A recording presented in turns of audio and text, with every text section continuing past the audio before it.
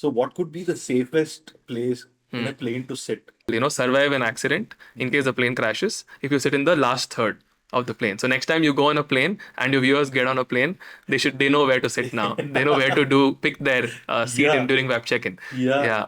Do we call helicopters and the other flying things also an aircraft? Yeah, as the name suggests, so craft means vehicle and air is air. So any vehicle that is in the air is called an aircraft. Aeroplanes are known as fixed wing aircraft. Helicopters are in aviation language known as rotary wing aircrafts. I have to tell you something very interesting. Did you know that kites are also aircrafts? Really? In this country, he had 5 airports and 1 aircraft repairing site.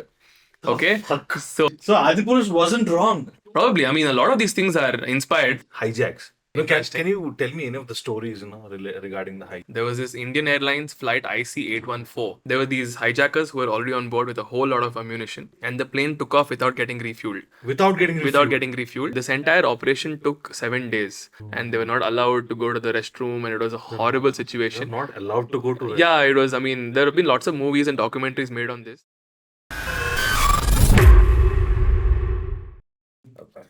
So it's been a long time since we have met. Right, It's been a right. lot of conversations between us Absolutely. regarding Yeah. aviation It's and such a stuff. pleasure to be here on your OG show, and I'm very excited, looking forward, in fact, to be speaking a lot about aviation Right. to someone like you. Yeah. And I remember we've had some discussion way back in the past about aircrafts and all that. Right. But I'm super excited to be talking to you on this podcast. Yeah. So whenever I think of aviation pilots with this world, this big world, Right. I don't get a lot of information in the internet, bro. Or else even if I get some information, there's a lot of lingo problem. I Yeah. don't And there's lots of understand. misinterpreted information on the Exactly. internet. So I just thought I just wanted to do a proper podcast, to everybody out there to understand what Right. aviation is. Awesome. Yeah, so let's start, man. Let's Yeah. understand this term aviation and aviator. Just explain this thing. All right. So aviation, if you want me to define aviation, the word aviation is basically it's around the development and operation of aircrafts. That's what it means. And there are many shareholders, and this word aviation can be subcategorized into 3 things, which could be military aviation, commercial aviation, and general aviation. So, and coming to aviators, as you mentioned, aviators are anybody who, I mean, there are many shareholders in aviation, and the guys who merely operate this vehicle, which is the aircraft, are known as aviators. So there are many other shareholders, right from manufacturers, maintenance engineers, the marshalers, the people who fill fuel into the aircraft, lots of other shareholders. Right. And aviators or pilots, as we commonly use, are just one mere shareholder in this aviation industry, which is huge, who operate this vehicle. Yeah, that's about, yeah. So, what about this aviator RAAVAN glasses everybody wearing? Oh, that's got a huge story. It started way back in the 80s, if I'm not wrong, and it was there around in the 80s. But you know what popularized this aviator series? It was the Top Gun. Top Gun by Tom Cruise. Yeah. And I remember of course, I was born in the 90s. I'm a millennial, but this movie was already so damn popular when I was born. Okay, and this movie released in 86. And Tom Cruise was 24 years old when he acted in this movie, Tom Cruise, in Top Gun, sorry. And he was Agent Maverick in that, as everyone knows. And the sunglasses that he wore in the movie became so popular, and thereby it started getting the name called aviators. And today, even as of today, it's called aviators. Yes. And thanks to the man, Tom Cruise, for it. Yeah. And I have a very interesting fact about Top Gun movie. Okay. The title Top Gun. Yeah. This Top Gun is a school Okay. of US Navy SEALs. Oh, wow. Wow. These people are used to train in that Top Gun school. Right. And when Tom Cruise went and saw this entire school, and he loved the name Top Gun. Okay, so he And picked it. Yeah. So people there used to call each other Top G, Top G, Top G. Top G. Like Top Gangster, something like that. Yeah, like OG, like an OG show. Yeah, something like that. Yeah. Then they picked out this name and, they adapted it to the film. Wow. That's an interesting trivia. That was a killer when I got to hear this. Mm. I was like, yeah. Awesome. Yeah, let's go a little deep into Right. the subject of aviation. Sure. Right? So if somebody wants to become a pilot, they're so Yeah. passionate about Yeah. aircrafts and Yeah. stuff. Yeah. So how did they start? I mean, so there are lots of things that one needs to be careful about before they even make the choice. This is my opinion. Right. One would be, first of all, they need to have maths and physics. They need to be really good at it. And even if they're a little okay with it, they need to have that as subjects in their +2. Yeah. If they don't have, then they don't, qualify to become a pilot. So they need to, maybe attend open school and then get these two subjects. Because lots of these people, a lot of my friends also have chosen biology or other, subjects in their +2. Till 10th, it's mandatory. Right. But after 10th, they, tend to choose subjects like biology, and they don't have either maths or physics, and they are not eligible. So, like I first mentioned, they need to have maths and physics in their +2. If they don't, they have to attend open school, Right. and then they need to get their degree and pass. So, you just have to pass. It's okay. There is no cutoff on that. Yeah. The second thing would be to, I would suggest all the upcoming aspiring pilots Right. to undergo like something like a, an elaborate medical examination of themselves. Because a lot of people unfortunately make the mistake of enrolling themselves in a flying school either here or abroad, which I'll come to after this. Yeah. How to go about that process. They enroll and take admission and start flying, and thereafter they get their class 1. So there is class 1 medical and class 2 medical, and class 3 as well. Right. But for flying, class 1 medical and class 2 medicals are the two medical examinations which are required for you to have a pilot license. Class 2 is the lower category, which is a little more laid back. Right. It's a thorough examination of your full body, and you have to get that class 2 medical done, ideally to start even training, to even be a learner or a learning pilot or a cadet pilot, student pilot. You have to have a class 2 medical. So I suggest, the guys who are aspiring to become pilots to get a class 2 medical, and then once everything in their body is okay, because there are certain conditions which are not life threatening, but they are, they're not allowed to, in aviation, and they will immediately dismiss you from flying. You will, yeah. Well, it could be color blindness, partially color blinded. Like some people can't see only certain colors, and it doesn't hamper the daily activities. Yeah. And small things. It could be cataracts, which they don't even know that they have this, or some condition. Yeah. Hearing disabilities. Hearing, exactly. There could be a dip in the frequencies, and you could feel absolutely fine, and you could go on to live 100 years. But with respect to aviation, in the perspective of aviation, these things immediately disqualify you as a pilot, and you don't want to be paying a huge amount of money and investing, putting a lot of hard work, studying for the exams, and then learning that you have a some kind of shortcoming in the body. So that is something that I strongly urge who are aspiring to be pilots to please go get a medical examination, class 2 medical, and then enroll for a flying school. So yeah, these two are pretty much the prerequisites before taking admission. So like I mentioned, these two, whereas the first one was the subjects, maths and physics in your +2, and your class 2 medical get done before they enroll themselves into a flying school. Which brings me to the next point of flight training organizations, or flying schools, which is commonly known as. So there are many flying schools abroad and in India, and there are lots of pointers before you make the choice to either go abroad or study in your country. And so the first aspect is the cost. Of course, the cost abroad is a little expensive, like in all cases of education. It's a little expensive to study abroad, to learn your flying abroad. And the most popular destinations abroad is the US. And next comes South Africa, and then New Zealand. These three are the most popular destinations for learning flying. And also Canada is the new upcoming destination for flight training schools. Right. So a lot of Indians go to these FTOs and do their entire flying training there, get a license in that country, come back, and then convert that country's license to an Indian license. That's the procedure. So in terms of the exams, the theory aspect and the paperwork, it's a little cumbersome, because you have to write exams of that country first, pass, and some countries have like 10, 12 papers. Like in New Zealand, it's very like, they've got so many papers to write, and then you clear all of them, get a private pilot license first, and then go on to get your commercial pilot license, which will allow you to fly in airlines. The second option is, of course, pursuing your flying in India, and which is, I think it's quite, it's upcoming really fast in this country. It's developing, and it's like a fast booming sector. Right. And there are lots of flying schools. In fact, in Hyderabad, there are about 3 flying schools that are operating out of Begumpet Airport. Yeah. And the only issue, I think, in India is 2 things. One is the airspace. It's quite crowded because it's a smaller country compared to the US. Right. And it's quite crowded. There's lots of air traffic. Mm. And second thing would be the time taken for students to finish their commercial pilot license is a whole lot of time. And all of these guys who go abroad want to cut out on that time, because abroad you get to finish your CPL license training in just about 10 to 12 months, Yeah. within a year. And in India, I mean, a lot of my friends as well have taken 2-3 years to Yeah. complete, and it's because of no fault of theirs. Yeah. It's just that the way the system functions in this country is a little slow, and to add to that, there are a lot of other external factors, regulations, traffic, and all that. So yeah, that's pretty much Yeah. in a nutshell. When you mentioned about this delayed process in the Yeah, country, yeah.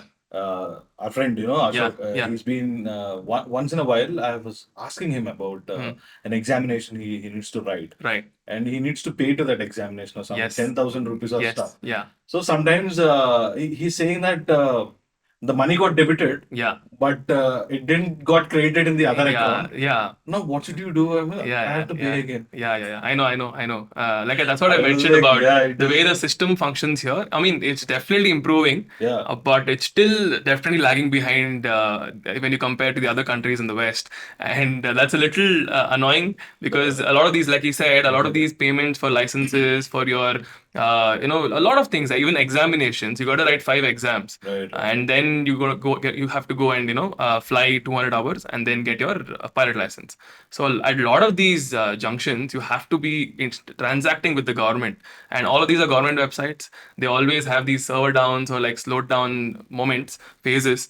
And then one such lucky, if you're very unlucky, then you end up becoming like him, where you lose money, you lose 5,000, 10,000 rupees, and you don't get refunds of this. And if you want refund, it's a huge procedure. You'll have to, it's a proper government procedure. You'll have to file something like an RTI, and it's a huge procedure. So people prefer to not get the refund. They'll just pay up, and so that their work gets done. Right. Anyway, it's so delayed in India. Right. So yeah, that's pretty much, I think, the disadvantages. But the advantages on the other side to be highlighting of training in India would be, first of all, you get to be on your homeland, on your mother country, Yeah. and you get to eat your food, and you're with your ecosystem, your friends, and everything in the same country. And of course, India is beautiful when you see it from up there, because I've trained in India to be a pilot, and I just can't tell you how beautiful it looks. And there's a lot of potential. There's a lot of potential, especially in these suburbs, tier 2, tier 3 cities, where there are runways and airports already being made as part of the state government's initiatives to connect. That we'll come to that again. There are UDAN schemes and RCS, which is initiated by the central government and the state government. Both of them aid, and they're trying to get the regional connectivity stronger. So these airports have excellent facilities in terms of the technology and the facility there at the airport for aircraft to land, but they don't have enough traffic yet.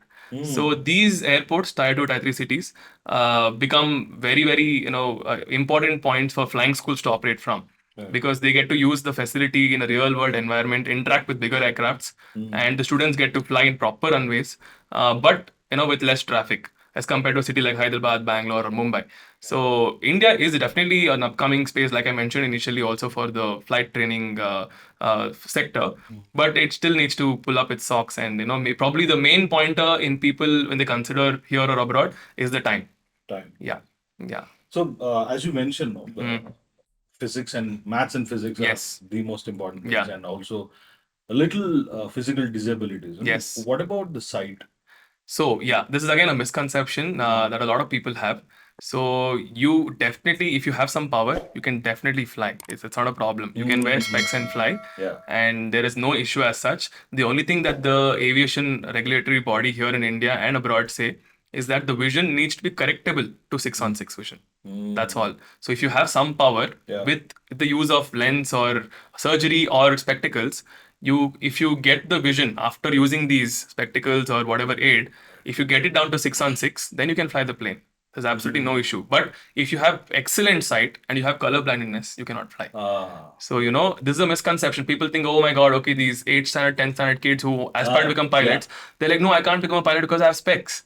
That's so not true. Yeah. The only thing that the DGCA, the Directorate General of Civil Aviation in India, says that you're supposed to carry an alternate pair of specs in your flight kit when you fly. Oh. just so that there is redundancy in case something, if this breaks or something happens, the lens come out. Right. You can, pick up your extra pair of lenses and then, fly. But this becomes a very costly affair to a lot of young aspirants who were just below middle class or above middle class. Yeah. These people, I think they can't afford, Yeah. everybody can't afford to be a pilot, right? Yeah, yeah. I mean, aviation is a very, very expensive domain to be in. There's a very funny quote that, people usually say. They say, "Welcome to aviation. You're now officially broke."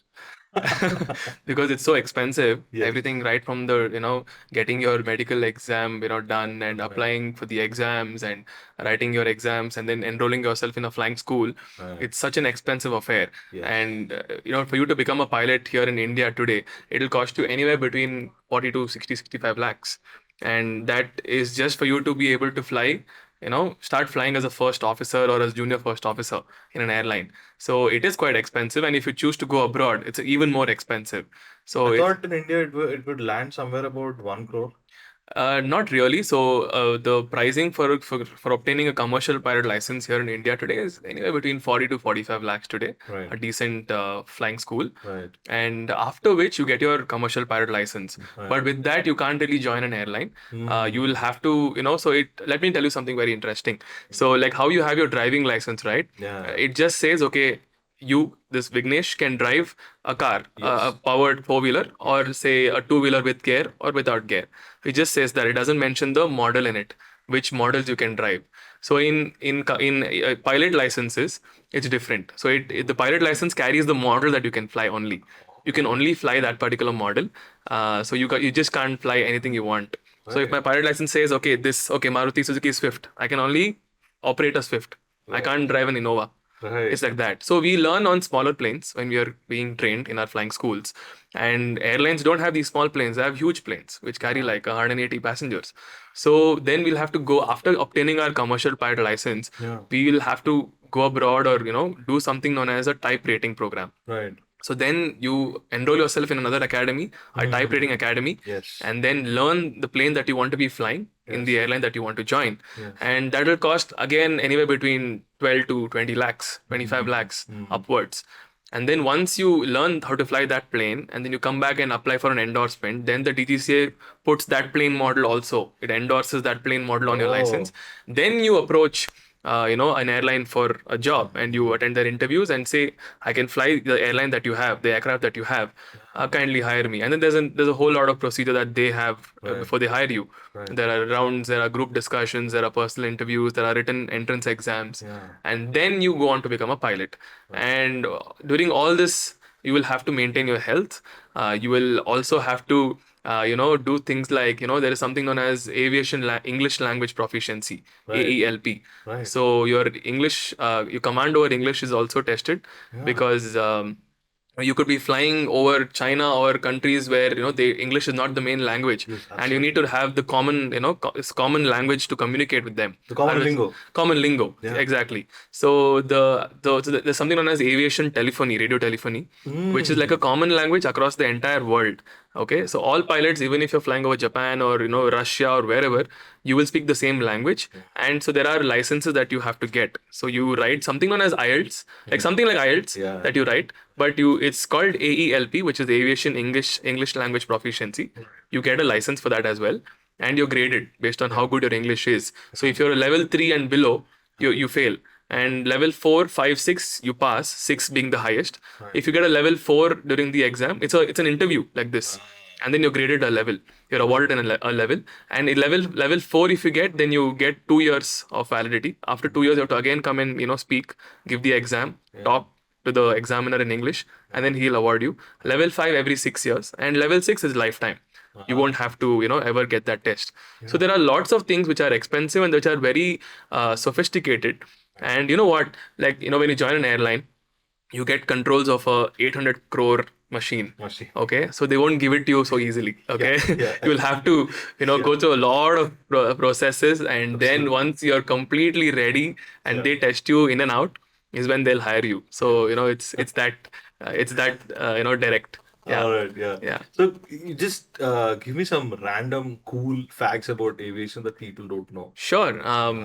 So some cool aviation facts would be one that a third of your senses, one third of your taste buds don't work in the aircraft. Your taste levels are far more suppressed as compared to Really? be on the ground. That's probably why you find food on the aircraft Very bland, very yeah. bland and not so tasty. Right, You right. blame the airline, but it's not just that. It's pretty much all the airlines, all the airline operators have pretty much the same issue. I mean, you go and get on the best plane, you still don't find the food that tasty. Yeah. It's got to do with the air being very dry up there, because inside the cabin they maintain a certain atmospheric pressure, right? And when you go up, the atmospheric pressure that's maintained inside the aircraft is close to 6 to 8,000 feet. So imagine you being on a mountain which is 8,000 feet and the air is full dry. It's not like the way it would be on that mountain. Yes. It's full dry. So that reduces one third of your senses. So close to 33% of your taste buds don't work. Right. Okay. So it's a good place to have like, some very bad tasting Ayurvedic medicines and like tomato juices and all that in case you want to be having that. So that is one cool fact. Right. And the next cool fact would be, so the two pilots that operate an aircraft when you travel in an airline are not allowed to have the same food. So if the main commander wants to have a sandwich, the first officer has to get like pasta or something else. And it's only because that, if in case there is some kind of contamination in the food, both don't get food poisoning or, some kind of issue. At least one is there to take care of the aircraft controls. That's a cool fact again. And there's another cool fact that I recently came across. You know how smoking is banned on aboard a plane? Yes. Yeah. I was actually going to ask you because Yeah. I've seen a series named Mindhunter. Okay. And there are two, investigative journalists who continuously smoke and drink on plane. Yeah. I haven't seen that anywhere. Yeah. So smoking is completely banned, at least in India. But it was banned a couple of years ago itself. But you still see these announcements being made by the cabin crew that smoking is strictly prohibited and you will be, penalized by the government of India in case you are found smoking. First of all, when you get onto a plane through the terminal, security will ensure that you don't get a cigarette on board. They will pick it out and they will throw it. But somehow, if you manage to get in and then they have these multiple announcements, you also see the seatbelt sign and then the no smoking sign next to each other always. And it's ensured on so many levels. But if you go inside the lavatory, the bathroom of the aircraft, you will see one ashtray. That's present on all aircrafts. Really? All aircrafts that we have today have ashtrays in the lavatories. Yeah. And why is that? Is simply because in case someone manages to carry a cigarette through the security and wants to like smoke a cigarette and lights it up somehow. At least he finds a proper place to dispose it off and it doesn't cause any kind of fire hazard to the plane. So they put an ashtray. There is an ashtray on every plane in the lavatory. Yeah. That's again a very cool quotient that I came across recently. Yeah.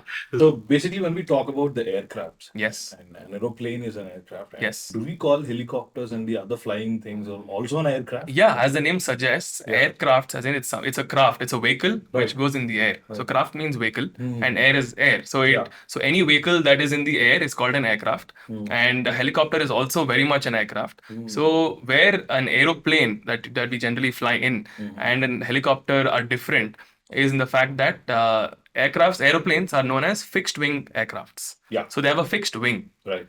And they have engines mounted on those or mounted in the back or in the front. Right. And they use a runway and then they fly. That's how they fly, fixed wing aircrafts. Helicopters are in aviation language known as rotary wing aircrafts. Rotary wing aircraft. Okay. So it's basically the fan that you see on top. Those are actually the wings.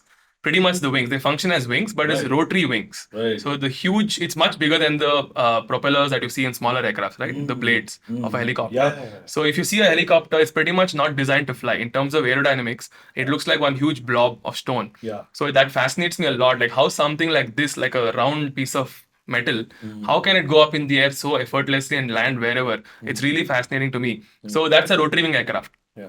Coming back to the point, what else is an aircraft? We spoke about aeroplanes. Yeah. We spoke about, fixed wing aircrafts and rotary wing aircrafts. We have also hot air balloons. We have drones. We have, I have to tell you something very interesting. Did you know that kites are also aircrafts? Really? In this country, Really? according to the Aircraft Act of 1934, anything that is airborne, it's in the air, by itself. It's a device or an equipment which is in the air because of its own whatever, either an engine or by itself under the atmospheric pressure, is categorized as an aircraft. Okay, and you cannot fly any of these things unless you have a license. So kite flying in India is actually illegal. It can attract you penalty of close to 10 lakh rupees or 2 years of imprisonment. Really? Yes, yes. Really? Yeah. So this is something that people don't know about. Okay. And it's very interesting. So you can actually go behind bars if you fly a kite. But it's a lot relaxed because of our, the cultural aspect that the kites have in our country is huge. And you know what's going to happen if you end up actually enforcing the ban. So it's not allowed. So kites as well come under the category. Parachutes, hot air balloons, gliders. Then there are something known as light sport aircrafts, microlights, ultralights. A whole range of things are there which are categorized under aircrafts.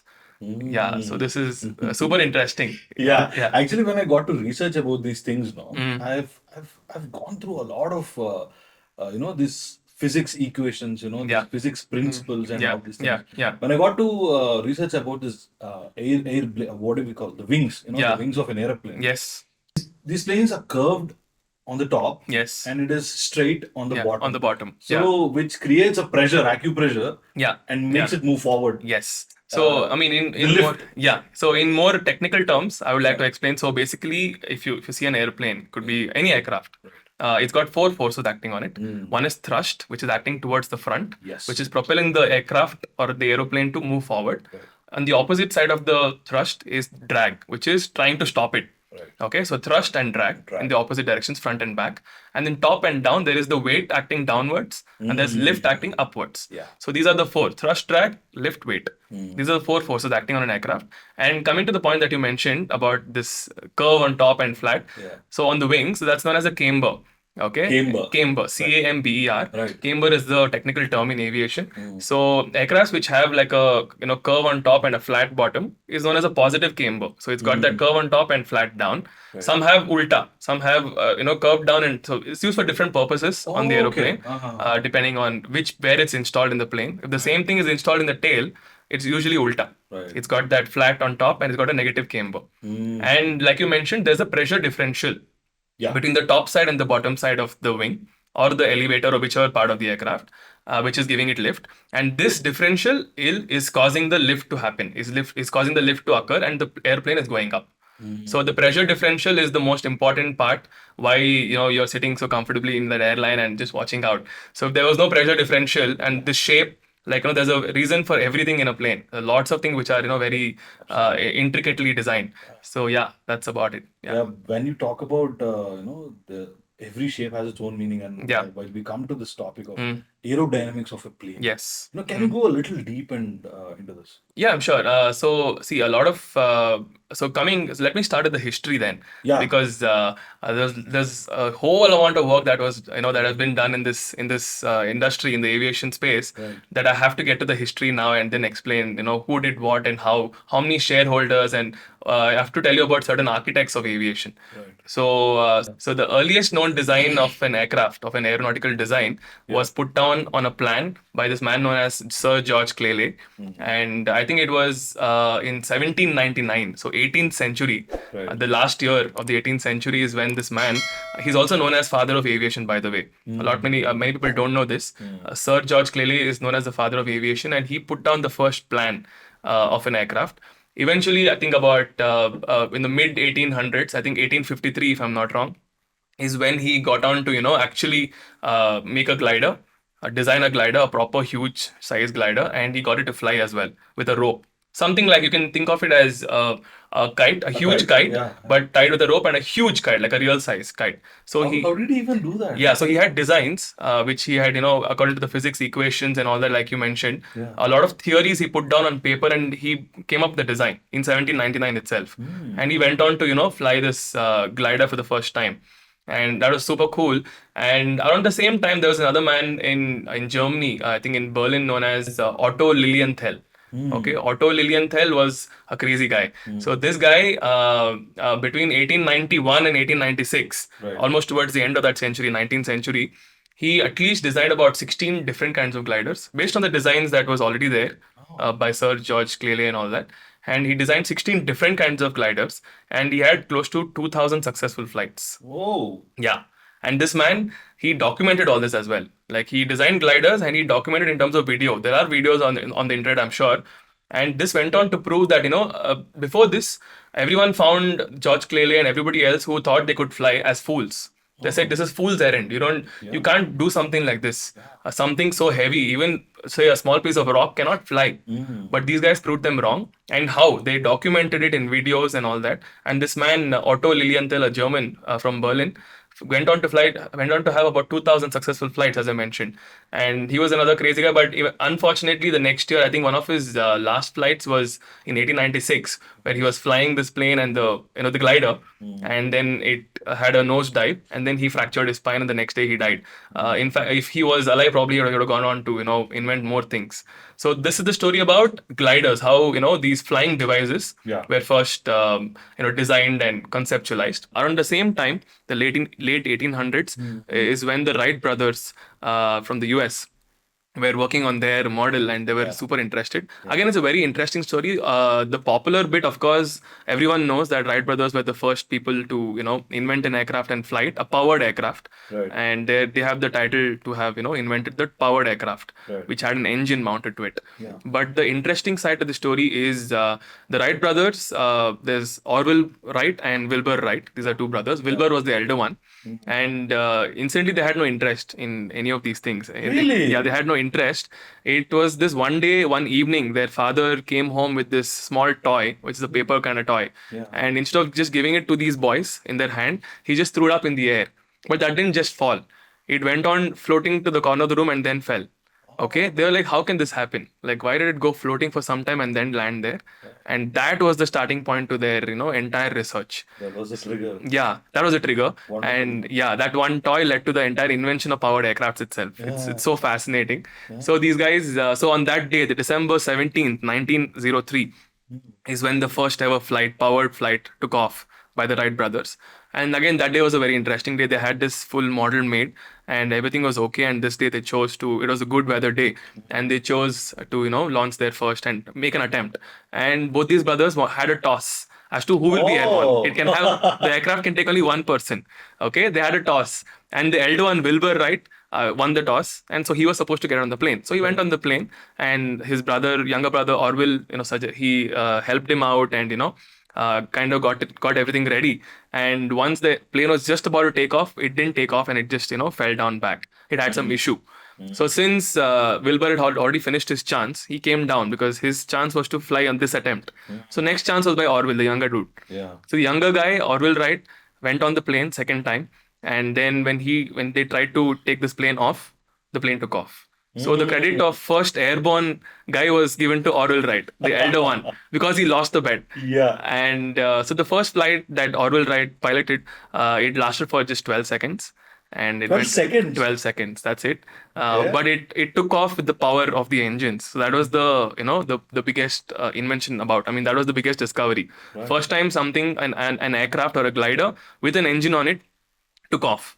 And it lasted for 12 seconds. And they had subsequent attempts on the same day. By evening, I think the best ever flight was by the elder guy only, elder brother, Wilbur Wright, who had a flight that lasted for about 59 seconds.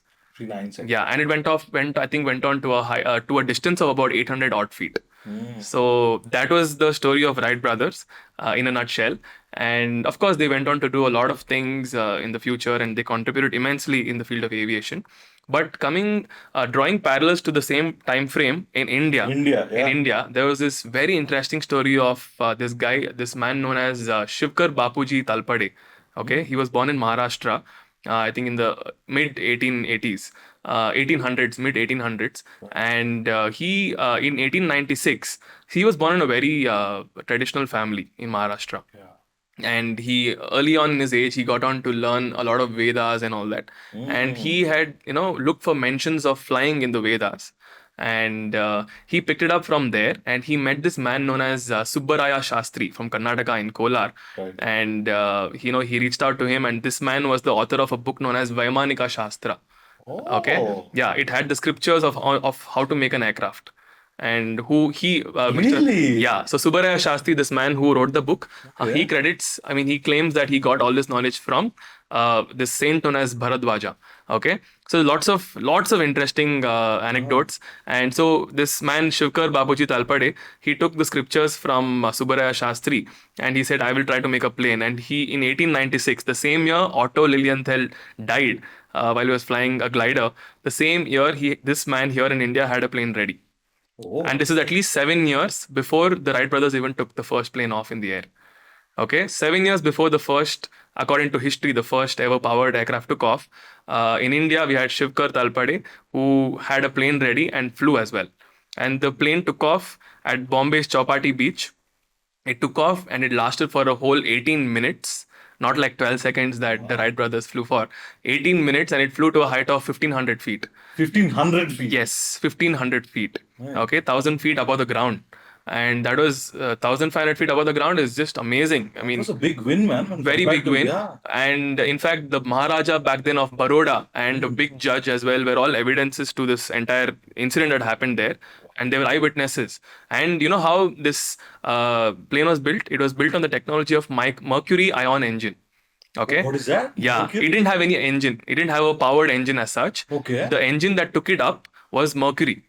And this was written in the Shastras before. Really? Yes. So what the basic the principle of working was, mercury, when it comes in contact with sunlight, it reacts to the sunlight and then it produces hydrogen. Okay. Oh, fuck, man. Yeah, yeah. Okay. Ah. So the hydrogen expands and then the plane takes off. I mean, hydrogen is lighter than the air, in the air around. So because hydrogen was produced in the air, in that space, because of that reaction, the plane took off, and it was super interesting. The mercury vortex engine, it's known as. So all this was being made, and in fact, this was shown in the movie Hawai Zada in 2015, which stars Ayushmann Khurrana. So you definitely must urge all your viewers to watch that movie, and it's very interesting how us Indians have actually tasted flight far before the guys in the West have. Wow. Yeah. That's one killer of a story. Yes, yeah. It's a wonderful story of Shivkar Bapuji Talpade. Ah. Yes. So actually, Indians do believe that this entire ecosystem, this entire universe, and human beings themselves are made up of four primary atoms.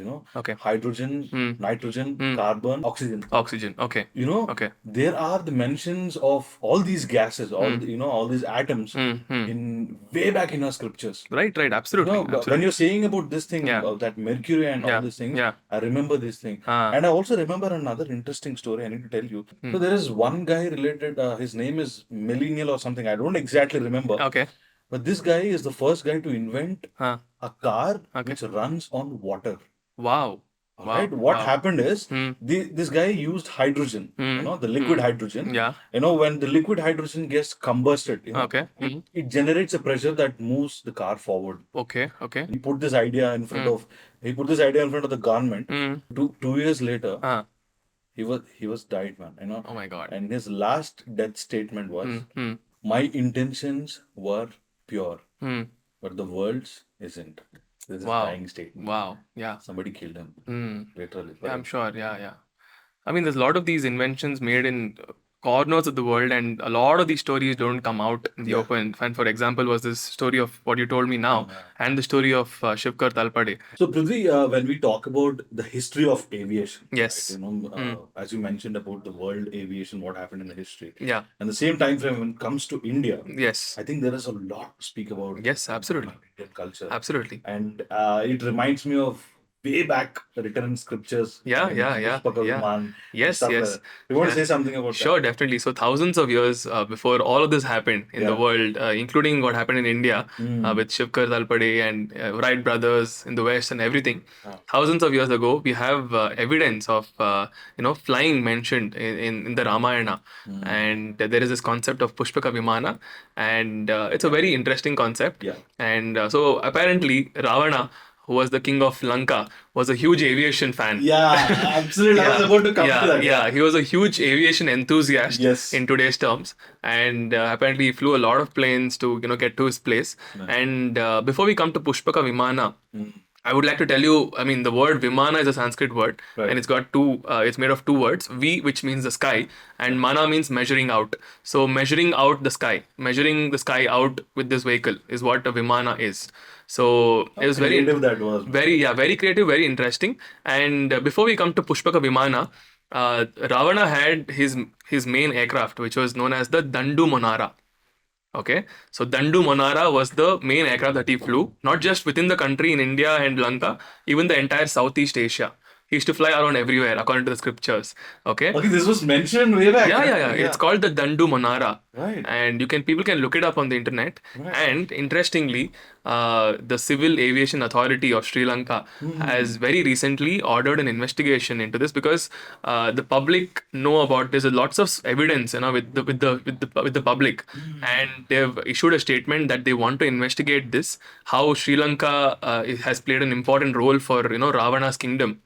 They want to identify the aviation routes that Ravana took in Lanka, and they've come out, laid a statement saying that they're inviting the public to come up with evidences so that they can investigate. Oh. Okay, and this investigation was started way before COVID, and during COVID it took a small break, and then now it has resumed recently. In fact, they even sought for help from the government of India, so that because there is some connection of Ramayana with India as well, so they wanted cooperation from Indian government. And in fact, recently the Sri Lankan government has come out and made a statement saying that Ravana did have 5 airports. 5 Airports which are identified now, because I mean there are some evidences in the way it's strategically located in Sri Lanka. He had 5 airports and 1 aircraft repairing site. Okay, so this Ravana was like super advanced, and he was a huge huge. So Adipurush wasn't wrong. Probably, I mean, a lot of these things are inspired. It wasn't wrong. It was, I mean, yeah. The way he showed Ravan, Yes. in Adipurush, Yes. was so Zenzi, man. Yeah, Literally, yeah. The way he had his haircut and the Yes, way yeah. he's operating things. Yeah, a lot of things are true. I mean, a lot of stories are there and lots of sayings, and you can't go on evidence-based, approach for everything. You have to, believe in certain things that are written in our scriptures, because we as Indians do that. And so Ravana did have 6 sites in Sri Lanka, and the government themselves, the Civil Aviation Authority, has made a statement about this. In fact, there is this place known as Vera Gantota and Totupulu Kanda, and lots of places in Sri Lanka which have been identified as Ravana's airports. And so that was the story of Dandu Monara, which was his personal aircraft. Right. The story of Pushpaka Vimana is very interesting, and it's more specific to Ramayana, where Ravana plays the villain, of course. Yeah. And the Pushpaka Vimana was actually not Ravana's. It was his stepbrothers, Yes. Kubera He stole it from him. Absolutely. So Kubera did a lot of penance and all that to Lord Brahma, sorry. Yeah. And Lord Brahma was gifted this plane, this Pushpaka Vimana, by Lord Vishwakarma. Yeah. So Vishwakarma gifted this Pushpaka Vimana to Lord Brahma. And because Brahma was very happy of because of the penance that Kubera performed, he gifted it to him, saying that you can use it. And eventually Ravana fought with his stepbrother and defeated his kingdom, took Lanka, killed him, and also took the Pushpaka Vimana. And Pushpaka Vimana basically is a aircraft which is made of flowers. Yeah. It's a flowery aircraft, Yes. as the word suggests. Yes. And it has been used many times in the Ramayana. And the first time that it's mentioned in the Ramayana where it was used was when Ravana came and kidnapped Sita from India. The way he went back, he took Sita in this Pushpaka Vimana. He took her back to Lanka in the Pushpaka Vimana. And which is why eventually Rama and his entire team, the army of Vanaras, took many days. They had to build a bridge and all that, then finally reach Lanka. Whereas Ravana had taken Sita in this Pushpaka Vimana, the aircraft. And there are also certain suggestions made in the scriptures that once Rama and his full team reached Lanka, killed Ravana and all that, Hanuman burnt down all the airports that Ravana had. Oh. Yeah, and the entire family, Rama and Sita and everyone, they all went back to Ayodhya in the same Pushpaka Vimana. That is why they reached Ayodhya really quick. Because Right. Ayodhya is in the center of the country now. Ah. And so apparently this Pushpaka Vimana was used for that as well. So all these are mentioned, everywhere in the scriptures, and it interests me so much. It fascinates me so much. Yeah. And yes, that's the story of Pushpaka And Vimana. I have another interesting fact about Pushpaka Sure. Viman, where Mr. Rajmouli, SS Rajmouli, Yes. Huh? he went on record and said that there was one song in Bahubali 2, where Prabhas and Anushka will head towards, Right. their kingdom, Yeah. Manishmati. Yes. There is a song in between. Right. That entire sequence is inspired from Pushpaka Viman. Oh, wow. Wow. That he said it on record. As a matter of fact, the scriptures say that Ravana's both Dandu Manara and this Pushpaka Vimana were again propelled by the Mercury vortex engine. So it was something got to do with Mercury for sure, which was again an inspiration to Shivkar Talpade to make his Mercury powered aircraft. And by the way, the aircraft that Shivkar Talpade made was known as Marut Sakha. Okay, that was the name. Marut Saka was the name of the aircraft that he made. Marut means stream of air. Saka means friend. So he with this vehicle was basically a friend of stream of air. So it made friendship with the stream of air, and that's how it flew. And the common ground here is Mercury, the Mercury vortex engine. So it's very interesting. No, when I hear something like this from India, no, Yes. in the past, or what these people have done, it really makes me feel so proud, man. Absolutely. So proud. Absolutely. And every time I listen to this, I'll convince myself that Yeah. I should never go abroad. To Absolutely. study or whatever Absolutely. nonsense. Absolutely. That's Yeah. what strikes my head. Right. Yeah, Right. but when we talk about all the history of aviation in India, and I come up with a very interesting story. I came across an interesting story of J.R.D. Tata, Right. the father of Indian aviation. Yes. What do you want to say about him? So yes, I mean the J.R.D. Tata, as everyone knows him, he's the father of Indian aviation. Right. And as a matter of fact, he received the first commercial pilot license of India, and it was issued to him by the Aero Club of India on the 10th of Feb, 1929. That's when he was issued the first CPL number 1 was issued to him, and his first flight was from Karachi to Mumbai. Right. And Karachi is in yeah, Pakistan. Yeah, back then it was 1929. Okay, it was yeah. part of India before the.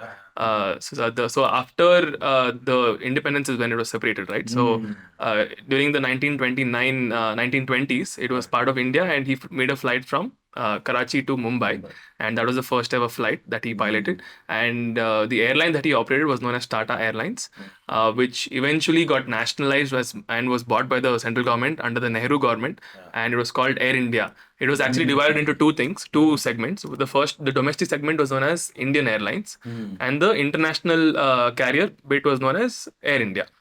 And that entire story has come one full circle now, where very recently the Tata Group bought Air India, and it's again back to their hands. Yeah. So Tata's was sold off by J.R.D. Tata to the Indian government, and then they operated and then went through a whole lot of mess. And very recently Tata's bought it back, and I can only wait and see how Air India is going to grow and what's going to happen to Air India with the Tatas. I think it'll be killing, man. Yeah, because, absolutely. Whatever Mr. Tata's family Yes. take care of, Yes. they're killer products. Yes, absolutely. Whenever there is a story, there is a line which entrepreneurs say, which is very famous. You just go to your kitchen and see 70% of the products belong under Tata. Tatas, absolutely. And there is a misconception again about the Tatas. People say why, I mean, before they bought Air India, people thought that, that Tatas own most sectors, like you said, in the kitchen, almost salt, sugar, tea, everything is a Tata product. Yeah. But how come they didn't have an airline as such, which was under the Tatas? But that's a misconception again, because, they own AirAsia India. Yeah. The entire Indian vertical of AirAsia is owned by them. And Vistara, of course, is owned by them, and Singapore Airlines. And now Air India, the biggest purchase has been made. So in fact, they're going to start doing some kind of monopoly in the Indian sky soon. They own 3 out of the airlines that are existing here. I'm waiting for that. Yeah, absolutely. And 3 out of 6 airlines. So 6 airlines in India make up 98% of the operations. Yeah. And out of that, 3 are owned by the Tatas. So they are in this segment as well, in this sector. And let's see what happens. So, what are the major differences what you have right now in modern aviation, in India? So the aviation industry has technologically, advanced so much as of today. Modern aviation is so damn safe. Yeah. It's so reliable and it's efficient, Right. and it's a lot faster as well. So it is. I would not be wrong if I say that air transport is the safest mode of transport in the world. Yeah, and like I told you, it's more likely you could, meet with an accident or die while crossing the road or going, when you go in the car here in the streets, than you dying on an air accident. Yeah. It's just that when an air accident happens, it's so catastrophic, it's so violent, and it's So pretty huge. much, yeah, it's a total loss. Yeah. It's so huge that people have this, preconceived notion in their mind that, oh my God, I'm scared to go on an aircraft because it's so violent, and what if I die in a crash? Yeah, I mean, air transport is the safest mode of transport, and that has only been the case because of the technological advancements. There is immense research that has gone into this field, Yeah. and today, with autopilots coming in, a whole lot of computers on board, Right. it is just making air travel a lot more safer, Right. and there is redundancy. Redundancy is removed. Redundancy is removed immensely, and for a lot of components on board, there are backups. In fact, in the cockpit we have two pilots, so in case one goes down, there's another one. For all the sensors on board, there are again backups, and we have two engines as a minimum standard thing on aircraft. So there's lots of redundancy that has been covered, and thereby it's a very safe mode of transport as of today. Yeah. And I also keep listening about this. I don't know whether it's true or not. Half of the plane is always automated, and the remaining half is actually done by pilots. Is that true? Yeah, I mean, so as of today, in Indian skies, if we talk about Indian aviation, the critical phases of flight, which is takeoff and landing, to an extent, of course, is based on the SOPs issued by the manufacturer of the aircraft. So, what are SOPs? SOPs are standard operating procedures, Right. and so these are issued by the manufacturers. You're flying an Airbus, you're flying an Embraer, you're flying a Boeing. There are certain guidelines or like user manual, issued by the manufacturer, and based on that, there are certain durations where you have to fly it manually. Right. And but as a whole, in this country, what all aircrafts have autopilots, the critical phases of flight are controlled manually. So be it takeoff and landing, it is done manually at this point. Right. However, there are auto land and auto takeoff technologies already in the space. Critical phases of flight as of today are still manual. Of course, once you start climbing and everything is okay, it is put onto an autopilot mode, and the navigation pretty much is all through autopilot. So it reduces the cockpit workload, Yeah. and thereby reduces fatigue, and thereby increases the pilot's efficiency to carry out more sectors, more flights in a day. Right. And again, thereby increases the profitability of the airline. So airline industry in India, it's all about the profitability. Yeah, And it's a absolutely. huge money game. Absolutely. But coming to the accidents again, in fact, 2021, the accident rate. So accidents is measured as per rate per million aircrafts, per million departures. Okay, so it's just astonishing to know that accidents in this space, in the aviation sector, are measured in per million, and not how many accidents happen in a day. Yeah. So it's that rare, and accidents are that rare. And in 2021, the accident rate per million departures was 4.34. So every 4 aircrafts per million aircrafts could meet with an accident. That was the rate. The next year, in 2022, the Indian regulation body issued a statement that the accident rate for 2022 was just 0.86. Do you have something to say about the World War II interpretation of India? Absolutely. Aviation. Yes, definitely. So the World War II was a very big event, and India did play, although not directly, but indirectly played a huge role when it comes to aviation. In this perspective of aviation, it played a huge role in the sense India was a very strategic point where they could have air bases where their bombers could take off and go bomb and come back and land. So there were many bases made, close to about six to eight bases even as of today. The Kolkata airport, Dum airport, and many airports. In fact, recently in Orissa, there was a random airbase that was discovered, which is the World War II runway before. The random airbase. Yeah, I mean, it was just discovered suddenly because it was covered, because it was close to 70, 80, 100 years back, and it was discovered recently, and the state government of Orissa is developing it. In fact, it is one of the longest runways in the country. It's over 3.5 kilometers. 3.5 kilometers? Yeah, the runway. and it was made during the World War II time. And India, so the Allied and Axis were the two teams, two forces during the World War, if you're aware. So Allied was by the UK, US, Yes. France, and Yes. all together. Yes. USSR, Soviet Union, Soviet USSR, Union, yeah. yeah. So India was part of them. So the United States Air Force set up a lot of runways in India back then in that time. Of course, India was under British rule, but since Britain and US were in the same team, allied team, the US Air Force set up a lot of bases in India for their bombers to take off. And even today, there are actual existing airports. Like I told you, Kolkata Airport, the Kolkata airport right now is congested very, very highly, and they're unable to build another runway. They want another runway desperately, but this why they're not able to build goes back to the World War II time. Back then, they wanted to build like a crisscross runway. Okay, Really? during the World War II time. Even now, Bombay has a crisscross runway. Really, how does that work? So only one of them is operational. Based Okay. on the traffic and all that, they use it conveniently, Oh, this direction or that direction. all right. Only one is at use Right. at a given point. Right. So during the World War II, the Kolkata airport, there was one runway built, and they wanted to build another crisscross intersecting runway, but the US and the UK dismissed it off because if the Axis forces came and bombed the exact intersecting point, Right. then both the runways would be of no use. So they dismissed it. But today, Kolkata airport is so congested, and they're unable to build another runway, and they're looking at other alternate where they can build another airport somewhere else. So the Netaji Subhash Chandra Bose airport is super congested, and it is because of the World War II. You can blame it on World War II. Okay. Yeah. I got to know news recently Hmm. that Hyderabadis are in a very big surprise Yeah. that there is another terminal which is coming up, Absolutely. right? Yeah. And Yeah. the center part is the metro one. Yes. Yes. A huge shout out to KCR and KTR, man. I mean, Absolutely. they're going to make it like Oh, it America. looks I mean, phenomenal already, and the air Yeah. traffic is growing so much, and the terminal extension is happening, and it already looks so phenomenal. I just can't wait to see, how it all Seriously, I turns just out. can't wait Yeah, to see, yeah, how it looks. Absolutely, When it's absolutely. done, a couple of Yeah. more bars and stuff. Yeah, precisely. Yeah, yeah. Yeah. So when we talk about all these things, I remember something called private traveling, like private jets, Yes. private planes. Yes. Can you explain this domain? Said, like we spoke about modern aviation in India, Yes. it has become extremely safe, and the accident rate has gone down significantly. Almost zero. It's almost zero. Like in 2021, it was 4.35 accidents per million departures. Right. And that was high, but it significantly dropped the next year in 2022 in India. The accident rate was only 0.87 per million departures. So it's almost reaching the zero.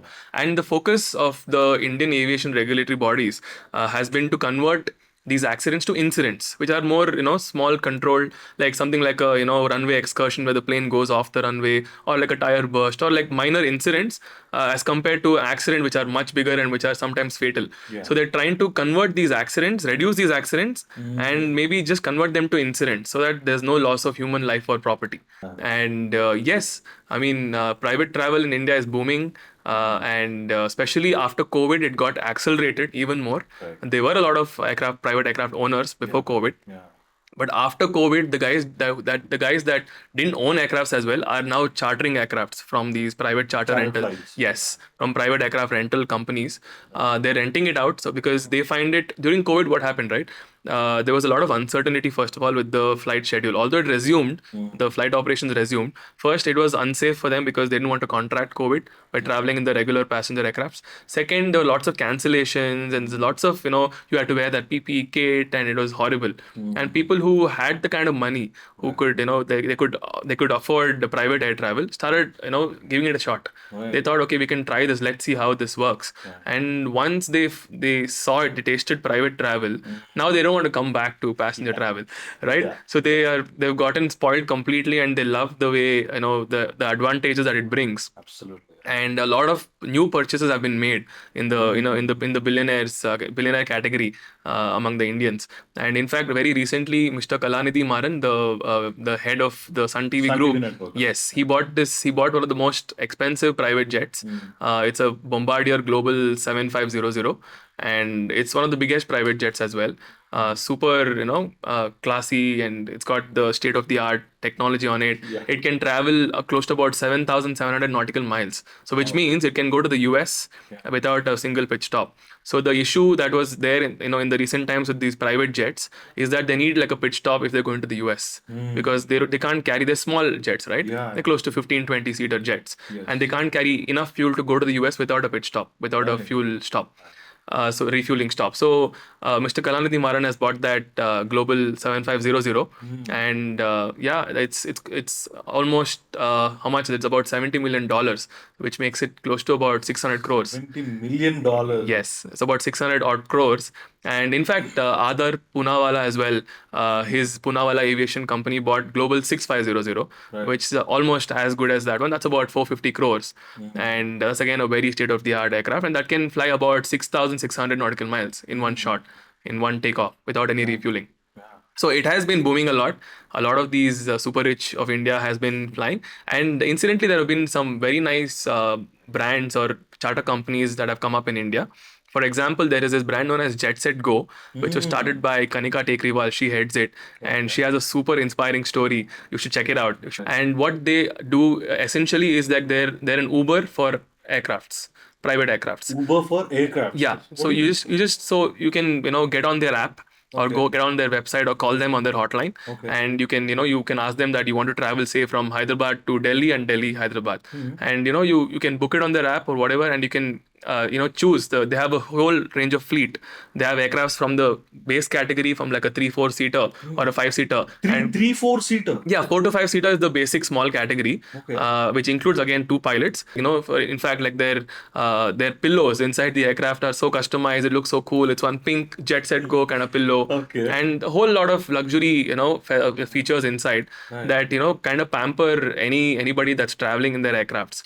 And Club One Air is another. It's probably Club One Air is, I think, one of the biggest private jet operators in this country, and they're doing really well. And especially after COVID, 100% they are booming.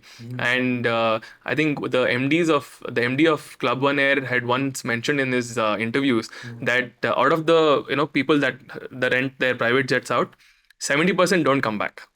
They just rent it for the first time because it's super expensive and it's that one-off, let's try it. They have the money, but they don't get back. But 30%, the remaining 30%, when they, experience it for the first time, they haven't stopped after that. They're regular customers, they have that kind of money, and they keep using it because it just makes so much sense to them. So it is something that is that's going to boom a lot more in the next coming decade, for sure. And I'm looking forward, man, like so much. I'm looking forward to the point where private travel right now it's only limited to the super rich. I am looking forward to the point where the upper middle class, at least, should find it affordable. In the sense, if these companies eventually get on to sell by the seat, if they sell tickets by the seat, some by the seat service of these jets, it'll be very convenient for someone who can afford that kind of money. Say you're going from Hyderabad to Tirupati and back to Hyderabad, and you don't have the time to book a flight and go at that particular time where the flight is going. You're busy, you have a business here and you're busy working. You want to be traveling at a convenient time. So if you want to buy one seat in a private jet, that'll be really cool. And I'm looking forward to that. And coming to another side of private air travel is fractional ownership of aircrafts, right? Oh, really? Yes. So that's this concept of fractional ownership. Ownership. Yeah. Is now booming in real estate, actually. Yes, it's booming in real estate. So aircrafts are also some kind of an asset, right? Like it's that expensive. So it's in fact a little more expensive than sites or plots in any big city. So one plane would cost anywhere upwards of 30-40 crores, a good decent basic starting model of a private jet. So these things are very expensive, and it requires a fractional ownership model where one airplane is bought by 5-6 different players, and they get to choose when they want to be using it. Right. So with this, there is private travel is being encouraged for sure, and you could get on to buy like a small plane, like a small 4-seater piston engine aircraft for about 3 crores. You can divide it among 4 or 5 people and own a plane for like 50 lakhs. So which is 50-60 lakhs, you can own a plane yourself. Right. So this is something that has been very, very popular in the US. It has been going on for over a decade now. And really? And it's coming. Know this, right? We know people don't know about it because it's not that popular here in India, but it's definitely picking up. Man, I have to ask you this. Recently, I've gone through a concept which really blew my brains off. Okay. There's something called air taxis. Yes, it's What the definitely. hell is that? I We're, mean, we are very close to that reality of air taxis or flying taxis, and these aircrafts are known predominantly as EVTOLs, EVTOLs or EVTOLs, okay. and the full form of that is Electric Vertical Takeoff and Landing System. Ah, EVTOL aircrafts are basically smaller sized aircrafts, which how are small? say 5 by 5, 5 meter by 5 meter. It's like a big SUV.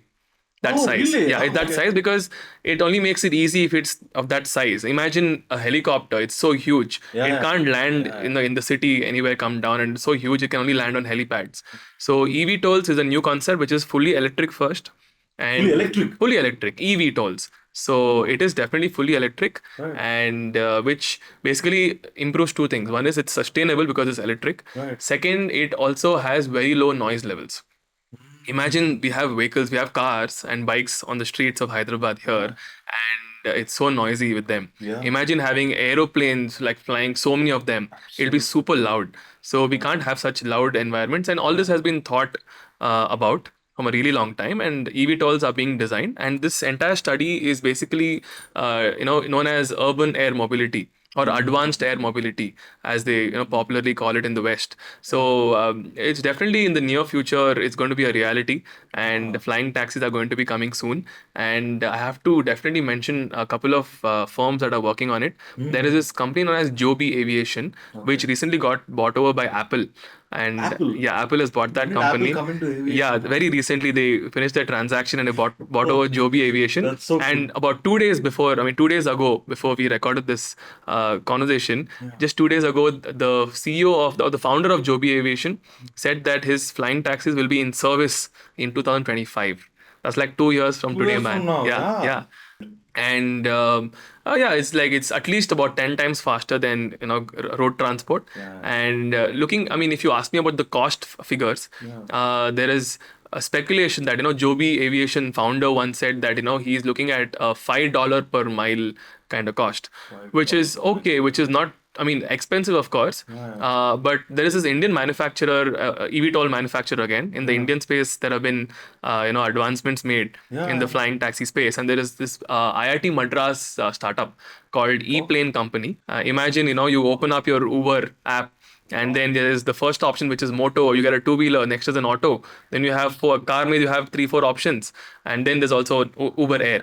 If you Yeah, have the kind of money and if you have to go get there fast, absolutely. please take a flying taxi and go. Absolutely. So it's super interesting. It's just Yeah, fascinates. that sounds It super just cool, man. fascinates me a lot. I Yeah. mean, we are living in a very nice generation where we Yeah. could see everything, building up. Absolutely. You and I, the millennials, Yeah, have seen like, building up. yeah, Yeah, I've seen it all. yeah, You've yeah. seen like these bullock cart types where the horses used to pull. Yes, yes, You've yes. seen two-wheelers, two-stroke two-wheelers, and Absolutely. Yeah. and we are now right now talking about flying taxis, in the near future. Right, It's right. so damn cool. Yeah, yeah. Yeah. So when we talk about air traffics and Mm, all these things, it mm, again pulls me back to mm, air crashes, where mm, can you, there is something I've heard, which mm, I don't know whether it's true or not. mm, mm, There is some plane which got mm. crashed on Valentine's Day. Yeah, yeah, that was a very unfortunate story. Yeah, is It that true? It's true, it's true. It was an Indian Airlines aircraft which took off from Bombay Right. on the 14th of Feb 1990. Okay, Yeah. it was an Indian Airlines. It was called Indian Airlines then. Ah, Now it got merged with Air India. okay. So it took off with about 180, 140 passengers, if I'm not wrong. Uh, 140. 40 passengers. Right. And that plane was about 4 to 6 months old. Super new plane.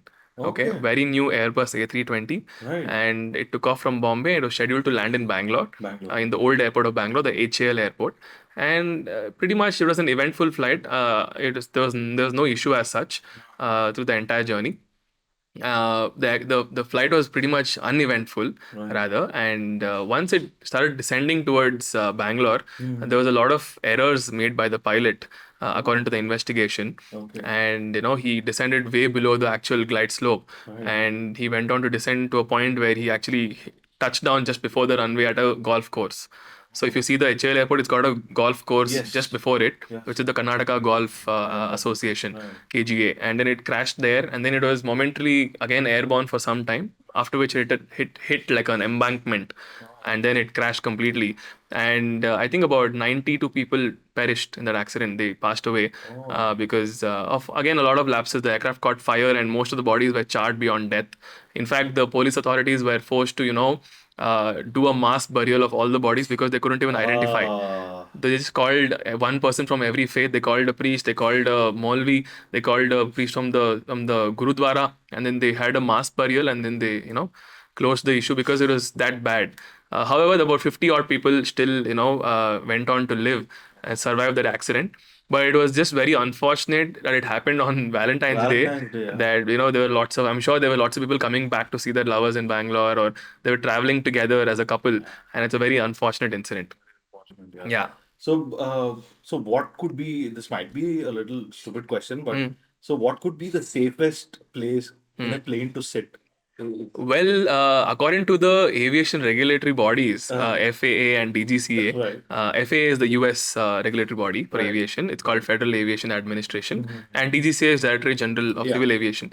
So, according to them, there isn't a safest seat, okay? Right. But if you pull up the statistics with Yeah. all the accidents that have happened, all the plane crashes, Yeah. and in which there has been some kind of survival in the plane, the least amount of fatality is with the last third, the last one third of the plane when you sit is when you more likely will survive.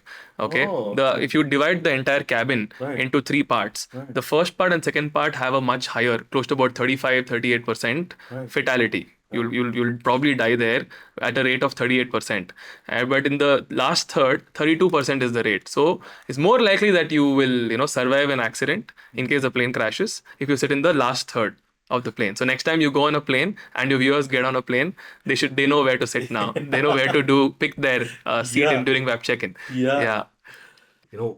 One thing which really, really interests me is this hijacks. Yeah. Okay. Hijacks of the planes. Can you tell me any of the stories, regarding the hijack? Yeah, I can tell you about this very popular Indian hijack incident that happened. Yeah. This was in the 90s, late 90s. I think it was 1999. There was this Indian Airlines flight IC814, Okay. which was scheduled to travel from take off from Nepal, Tribhuvan International Airport, and land in Delhi. Yeah. It was a short flight, and the flight took off. It was pretty much uneventful. En route, there were these hijackers who were already on board with a whole lot of ammunition, Yeah. and they took complete charge of the aircraft, and they asked the pilots to fly west towards Lahore, towards Pakistan. Pakistan, yeah. Yes, and the plane ended up going over Lahore. Although the Pakistan, Air Force and the airport at Lahore didn't give permission for the aircraft to be landed. They didn't get permission to land, and they tried a couple of times. They circled around Lahore. Once they didn't get and the fuel was running out, they went back to Amritsar and they landed. They did get permission from the Indian authorities to land. They landed, and the hijackers were very, very, very serious on the fact that nobody is going to get out or get inside the plane. Right. They just wanted fuel. And there were lots of, threats being made that if anybody tries to get in, any kind of commandos come near the aircraft. Of course, the Indian government already knew that this is an hijack situation. They handled it very, very, carefully. And so they tried a couple of times to get it refueled, but the Indian government wasn't really ready to refuel it, because if they refueled it, then again, there's no stopping. Yes. So a lot of negotiation happened, Right. and it didn't work out. And the plane took off without getting refueled. Without getting Refueled, it took off, and then because the situation is so critical that the aircraft would just fall over the city of Lahore, they were again over Lahore. So it was refueled in Lahore, Yeah. and the Pakistan Air Force didn't do anything about it, didn't take any kind of control of the plane. They let it take off again, because of course they were getting death threats, and they didn't know what to do. They didn't know what to do, and it was all mostly Indian citizens on board. So then it took off again from Lahore. It was redirected by the hijackers to Dubai, and then in Dubai it landed after again a lot of rejections and refusal from the Dubai authorities. It finally landed there. There at Dubai, they kind of offloaded about a few passengers. There was also one man who they had stabbed, and he passed away. He was a young chap. He was the only one that died in this entire incident, Right. but he was offloaded on the plane. And again, the plane took off, and then finally it was redirected to Afghanistan. It landed, Afghanistan. yeah, back then in the 1999, in the 1990s, it was Afghanistan was governed by Taliban. It was headed by Taliban, like it is now as of today. And it landed in Kandahar International Airport, and then it was circled completely by Taliban militants. And this entire operation took 7 days. And all along the 7 days, all the passengers on board were inside the aircraft. They were made to sit there, and food was given to them little bit here and there, irregular meals, and they were not allowed to go to the restroom, and it was a horrible situation. Not allowed to go to rest. Yeah, it was. I mean, there have been lots of movies and documentaries made on this. It was horrible. I mean, 7 days of horrific, experience for all the passengers. But thankfully, there was only that one casualty, which who passed away unfortunately because of the stabbing. But thankfully, there were no other fatalities on the plane. Everyone else was safe on board. Eventually, after 7 days of negotiation, the Indian government, which was led by Atal Bihari Vajpayee back then, he was the PM. They had to release these three prisoners, terrorists from Indian authorities from the prisons of India, and they were released. After which the terrorist that had hijacked let go of this plane. So that was one very very popular hijack stories of India. After which, thankfully, there hasn't been any a major incident of hijack here in Indian skies. So, what are your favorite films of aviation? Oh, that's a very interesting thing. So my favorite movies of aviation would Top Gun for sure, Top Gun and Top Gun Maverick. Yeah. And the next would be Castaway. Castaway. Yeah, Tom Hanks. Tom Hanks. It had that FedEx aircraft Yes, crashing yes. into an island. And then there's this movie known as 7 Nights, 6 Days. You should definitely watch it. It stars Harrison Ford. They go in a small plane, and then they encounter bad weather, and then they crash land on an island. And crash lands the night. Right. So they spend the next 6 days. That's why 7 Nights, 6 Days is the name of the movie. They spend 7 nights on the island, on a random island. And that is a wonderful movie. Then I really like, of course, The Terminal, although not an entire aviation movie, but Tom Hanks at his best. Tom Hanks, yeah. Then the next movie that I would like to suggest you, aviation-wise, is Catch Me If You Can. Extraordinary Superb movie. film, It had yeah. Leonardo DiCaprio and Killer film. Tom Hanks. Yes. And there have been some good Indian aviation movies as well. I really like Uyare, which is a Malayalam movie. Yeah. And there's also Neerja, which was very well made, I thought. And I really hope that a lot of good aviation movies come up in India, because India has so many stories, so many interesting things to talk about with respect to aviation. And I will make this Talpade movie someday. oh yes, you should. You should. I mean, it's made in Bollywood. You should definitely bring it to the South Indian languages, and maybe make a Telugu version in Tollywood. I'll do a periodic film on that. Yes, you should. It's super interesting, and there has been so much of it written in the scriptures. You should. Yeah. Anyways, thank you so much, man. My Thank pleasure. Thanks. Thank you for having me on the OG show. And I had lots of fun chatting with you. And thank you.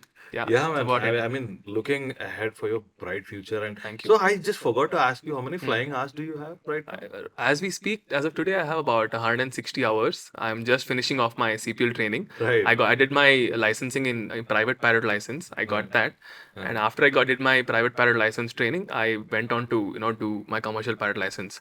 I'm just about to finish now, but I'm just looking forward to all that is in store for us in the next few years, and I really hope something good happens, especially for India, because I think I recently read up somewhere that 95% of the world population has never been on a plane. Okay, so the next time you get on a plane, thank your stars and say, thank you God, I'm the chosen 5%. Yeah. Right? So there's so much that's in potential, that's in store for us as aviators. Right. So I'm really looking forward, man. Yeah. All right. Yeah. Thank you so much. Thank you so much. Love all the pilots in the world. Thank you.